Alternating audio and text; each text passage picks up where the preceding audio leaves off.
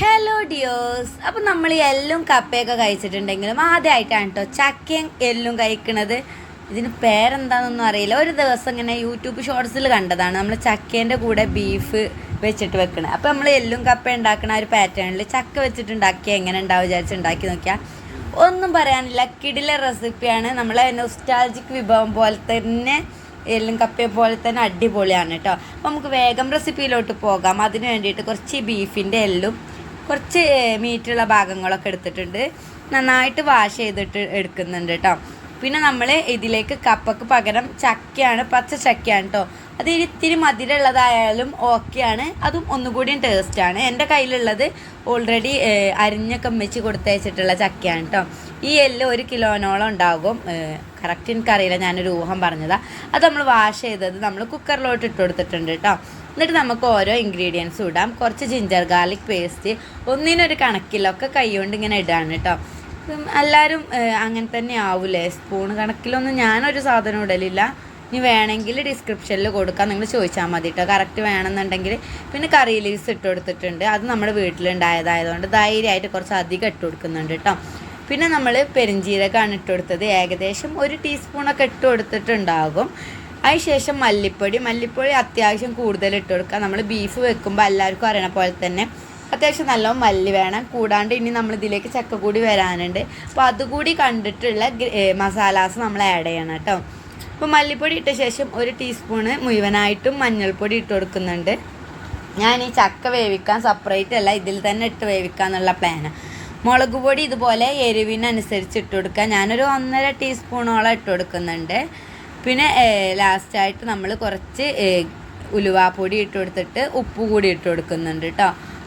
ഉലുവാപ്പൊടിയോ അല്ലെങ്കിൽ പച്ച ഉലുവ ഇട്ട് കൊടുത്താലും മതി, അതിൻ്റെ ഒരു ഫ്ലേവർ കിട്ടാനാണ് കേട്ടോ. ഇനി നമ്മൾ എല്ല് ആയതുകൊണ്ട് തന്നെ ഇതിൽ വെള്ളം വരില്ല. മറ്റേ നമ്മൾ ബീഫ് കുക്ക് ചെയ്യുമ്പോൾ വെള്ളം ഉണ്ടായി വരുമല്ലോ. അപ്പം ഇത് വെള്ളം ഉണ്ടായി വരാൻ കുറച്ച് പണിയാണ്. അതുകൊണ്ട് നമ്മൾ കുറച്ച് വെള്ളം കൂടിയും ആഡ് ചെയ്യുന്നുണ്ട്. കുക്കറിൽ ഒന്ന് കൂക്കിച്ചെടുക്കണം കേട്ടോ.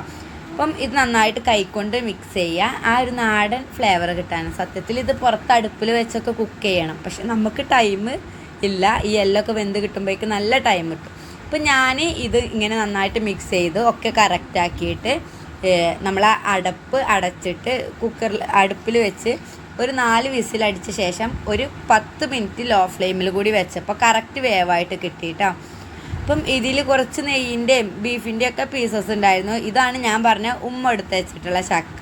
അപ്പോൾ അതിന് കുറച്ച് ഞാൻ എടുത്ത് വെച്ചിട്ട് ബാക്കി ഇങ്ങനെ ആക്കാമെന്ന് കരുതി ചക്ക സെപ്പറേറ്റ് കൂട്ടാൻ വെക്കാൻ കേട്ടോ ഉദ്ദേശം.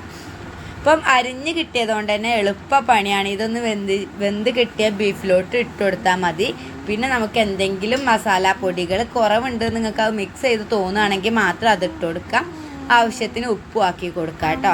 അപ്പോൾ ഈ ബീഫൊക്കെ നന്നായിട്ട് വെന്തിങ്ങനെ എല്ലുമെന്ന് വിട്ട് വരുന്ന രീതിയിലായിട്ടുണ്ട്. അതുകൊണ്ട് തന്നെ നമുക്ക് ചക്ക ഇട്ട് കൊടുത്തിട്ട് അടിയിലേക്ക് ചക്കയും മേലോട്ട് ബീഫും വരുന്ന രീതിയിലാക്കി കൊടുക്കാം. പിന്നെ അത്യാവശ്യത്തിന് വെള്ളം ഒഴിച്ച് കൊടുക്കണം. ഞാനൊരു പച്ചമുളകും എരി കുറവാന്ന് തോന്നിയപ്പോൾ ഉപ്പ് കുറവായിട്ട് ഇത്തിരി ഉപ്പ് ഇട്ട് കൊടുത്തിട്ടുണ്ട്. ഒരു 2 കപ്പ് വെള്ളം ഒഴിച്ച് കൊടുത്തിട്ടുണ്ട്. വെള്ളം ഒപ്പത്തോടൊപ്പം വെച്ചിട്ടുണ്ട്. നന്നായിട്ടൊന്ന് അലിഞ്ഞ ആ ഒരു ടെക്സ്ചർ കിട്ടാനാണ് കേട്ടോ. അപ്പോൾ നമ്മൾ വീണ്ടും ഒരു 4 വിസിൽ അടുപ്പിച്ചപ്പോൾ നമ്മുടെ ചക്കയും ബീഫും അടിപൊളിയായിട്ട് വെന്ത് കിട്ടിയിട്ടുണ്ട്. ഇനി ഇതിൻ്റെ മെയിൻ പ്രോസസ്സ് നമ്മൾ തൂമിച്ച് വയ്ക്കുക എന്നുള്ളതാണ് കേട്ടോ.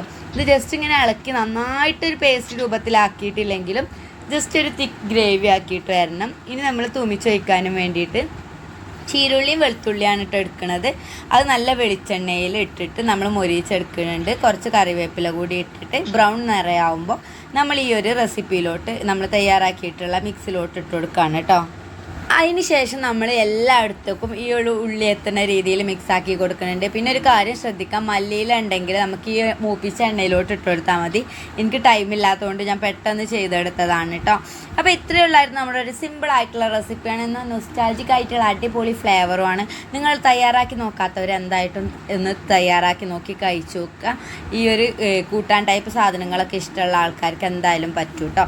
അപ്പം തയ്യാറാക്കി നോക്കിയിട്ട് നിങ്ങളുടെ അഭിപ്രായങ്ങൾ കമൻറ്റ് ബോക്സിൽ രേഖപ്പെടുത്തുക. അതുപോലെ തന്നെ വീഡിയോയെക്കുറിച്ചുള്ള നെഗറ്റീവായാലും പോസിറ്റീവായിട്ടുള്ള റിവ്യൂസും നിങ്ങൾ കമൻറ്റ് ബോക്സിൽ രേഖപ്പെടുത്തണം.